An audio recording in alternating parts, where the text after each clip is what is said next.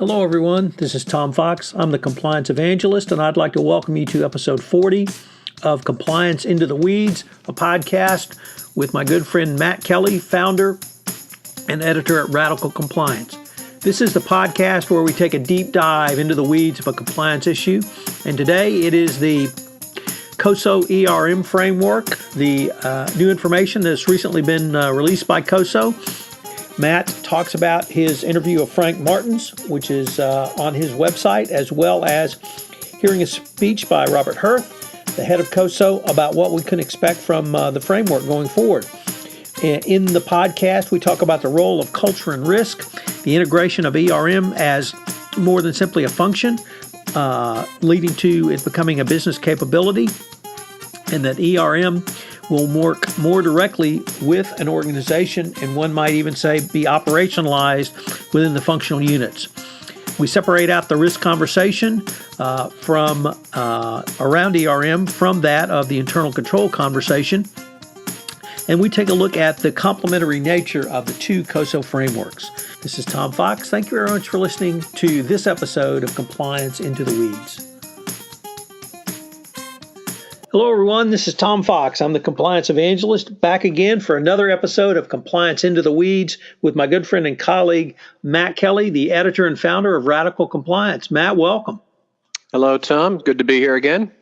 So, Matt, you had a very interesting post last week entitled More Details on the COSO ERM Framework.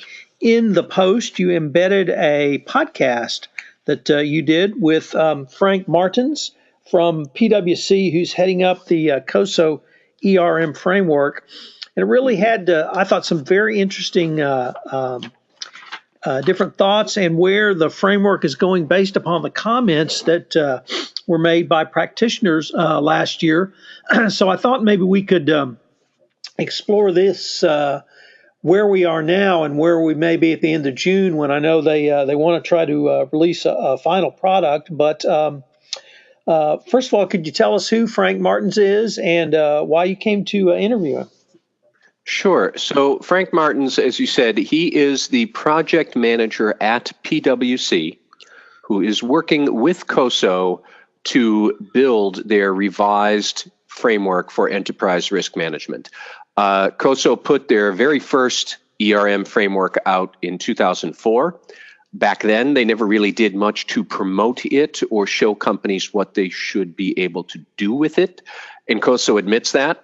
So in 2014, I believe it was, they announced that they had ambitions to propose a overhauled COSO ERM framework.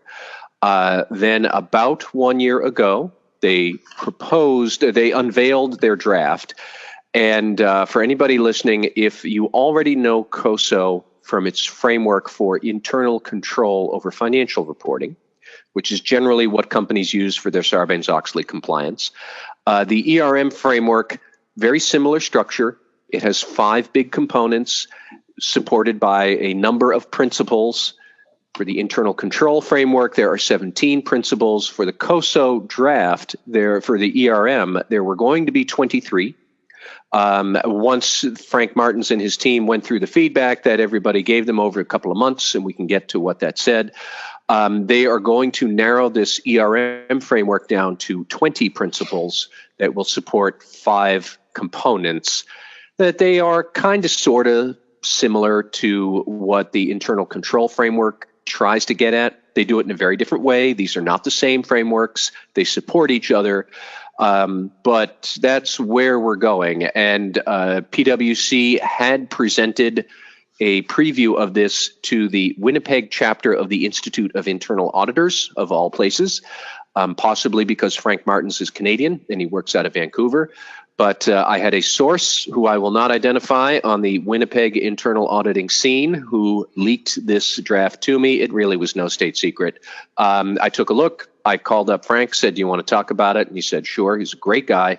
And hence the podcast that's now on my blog, where he goes into a bit of detail. But that's how it came to pass. So, Matt, there were a couple of things that really struck me about the podcast, and I'll just list them, and then maybe we can bounce them around a bit. The first one was Frank talked about a lot of feedback from practitioners who wanted more rigor and more robustness around the role of culture and risk. And I find that a fascinating discussion, yet I struggle personally with how to put at least a quantifiable, if not more robust, control procedure around that. Did you get that sense as well? Well, I think that what he is trying to get at, and by a stroke of luck, as I was writing up this podcast, the very next day, the chairman of COSO, Bob Hirth, he was giving a speech in Boston where I am. So I went over and I listened to Bob, and he touched on many of the same points verbally that Frank Martens and I covered in the podcast. They both really are trying to say that it's more about risk awareness throughout the entire company. That every department or business function is going to have its own particular risks, but you want those people to be thinking about the risks that they have to take care of, but also what are the bigger risks to the whole organization. Whether you are IT people worried, specifically about, say, access controls and cybersecurity, that's fine. That's what you should be worried about. But you want to be thinking more about things like, will the complexity of our IT system slow down workflows, which means we're less productive? Well, possibly. We don't necessarily know. What are the risks of building IT this way as opposed to that way or some other way? And if we don't know, well, who would we loop in from the business units to show them our new system? And they could say, this isn't going to work for us, and vice versa. And really how to break down these silos. I know that's a cliche, but that fits here. To be thinking about risk all the time, to really have a risk awareness the same way people have and use email. They use it in all departments, in all ways, all the time. You want the same sort of awareness that permeates the whole thing. That's where they're trying to go with this, I think. So in the podcast, Matt, Frank really talked about moving ERM directly into the organization. I think I wrote down, how do you build this into the day-to-day operation? And that really sounded to me like operationalization, which of course is a new byword in compliance. I was wondering if you had any examples, or at least theoretical examples, that you might share with us on how a functional discipline within a corporation, whether it be internal audit, whether it be HR, whether it be IT, would really operationalize the ERM framework so that they could have a much broader view of risk beyond their department. Sure. I think one good example that had come to my mind just before we got on the podcast here was one of the big components of this ERM framework is risk governance and culture. I would roughly compare that to the control environment that internal auditors think about with the internal control framework. But anyways, let's get back to the ERM example. Big component. Do you have the proper risk governance and culture? Well, what does that mean? One of the principles of that component is, does the organization define desired behaviors? Now, I happen to be talking about compliance training not long ago, where we were talking about how do you measure the effectiveness of a compliance program and of your compliance training. Well, to measure the effectiveness, you actually have to have an outcome that you want to see achieved by this training. I think a lot of compliance officers would say, well, our completion rate is 100%, so we'll just pass that off as that's our effectiveness measure. It's not an effectiveness measure. It is an activity measure. But do you want your training to lead to the outcome of more calls to the whistleblower hotline or more allegations and incidents filed? Because if it's a new compliance program, maybe you do. Maybe getting people to speak up more often is the goal. And that's the desired outcome that this principle gets at. And there you would translate that in compliance training into, before we roll out our training, let's figure out what it is that the outcome that we want to achieve. And then we can start to measure our progress towards this effectiveness.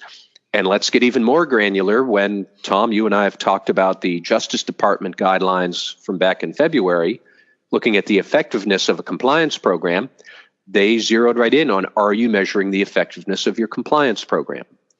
You measure it against the outcomes you want to achieve, which if you have a good risk governance and culture, you're already thinking about what are the outcomes we want to achieve in all ways. Well, in the compliance training way, that might be, an example, like I said, more calls to the hotline or greater or maybe reduced number of exception requests on travel and entertainment budgets you want to blow on some foreign government official in China, things like that. But it all does tie together in tangible ways that you could then present to a regulator and show we are well governed. We have managed our risks. And by definition, therefore, that means our compliance program is also effective. And here's how we're doing it. Very simple example, but it's that kind of stuff that I think we would want to see this get put to work. So if I understood you correctly, it's not the management of, or it's not foreseeing what the risk could be, but it's breaking down those risks into your functional discipline and then trying to manage that within your discipline so that it doesn't really explode or expand out to the greater corporation? That's certainly one way of doing it, yeah. And there are, like I said, there are going to be 20 principles in the final framework. I only have the original list of 23, and I don't know which 3 are going out. So I'm a little bit hesitant to start spouting off other principles. But things like some of the other principles are defining your risk appetite, or an acceptable variation in performance. That would be like, say, a risk around a performance goal. Would you necessarily want to see some exception requests granted, or if, some people do violate a policy without submitting an exception request first, is it okay to do that 1 out of 1,000 times? Do you still have an effective program? Or is it 1 out of 2 times? I don't know that would qualify, but, think through and define what are we trying to achieve? What are the ways we might fail? Which ways that failure might be out of our comfort zone or not. I'm talking about compliance programs and how you might explain that to a regulator. But certainly if you and I were writing for HR Magazine today, we'd have very different examples relevant to HR. Likewise for IT risks or cybersecurity risks or anything like that. But they really do want, I think, organizations to step back and consider what is our bigger picture here in a more reflective way. So there's a couple of other things that came through loud and clear to me in the podcast and in your piece, was that we really have to separate out the risk conversation from the internal control conversation. And I'm frankly not sure I really understood that as directly as I do now, at least from the first iteration of the ERM framework. And they really are complementary, but they're separate. And they're not designed they do interact, but they really need to be thought of as separate mechanisms to manage risk going forward. Is that correct as well? I think that is what COSO and other thought leaders, probably including me, would like companies to do and to see. What the COSO really was trying to do with the ERM framework here, and I'll jump the gun a bit and talk about the graphic that they're using to portray this and how they're going to change it. In the original proposed framework, they had the COSO risk management framework principles as something that you go through. It was like a rainbow that you go under, and somewhere over the rainbow you achieve enhanced performance. It's a bit corny, but I saw where they were going with that. But they realized that the way they portrayed this image, and it's on my blog on Radical Compliance, people can take a look at it, that made ERM seem like a separate thing, that, it's a phase company activity goes through, and once you're done, all risks have been managed, therefore I can just run along willy-nilly to the end. That's not at all what COSO wanted. They want risk awareness more to be built in all the way through. And so there wouldn't be a phase of risk management that you go through. It's, 10 years ago, people would say to me a lot, well, I've done SOX compliance. Does that mean I've done risk management? No, not at all, because there's all sorts of non-SOX risks that a company might encounter. They're going to replace this image with what they call a more DNA-like structure. Not quite sure what that means. I know from biology class it's some sort of double helix that wraps around your business transaction. I'm curious to see what the final graphic will look like, but they're really trying to say that risk awareness and thinking through risks at all times and being aware of when they're fluctuating into a red zone or when they're still in the green and you can keep going. That's something that everybody should be doing. Likewise, I suspect COSO would say that this is not something for a chief risk officer to take command of, and then nobody else has to care about risk management. That was another fad that I heard about several years ago, that companies would have a chief risk officer to worry about risk and risk management, and then nobody had to worry about risks anywhere else. That's not at all what we want to do. Now, for those of you listening in the banking sector who say, well, we have a chief risk officer, that person is more about currency fluctuation risks and whatnot, and foreign currency exposures, insurance coverage, things like that. That's not what we're talking about here. We're talking about an awareness of business risks all the time, that you can't assign worrying about risk and what might go wrong to one person at one time, and then everybody else can forget it. That is absolutely the opposite of what we're trying to get at here. So you did touch on the change in the diagram, and I'll have to say your a donut, as I think you initially characterized it, really struck me because it stuck with me, and it was an easy visual for me to see, particularly in the home of Dunkin' Donuts. Nevertheless, I actually.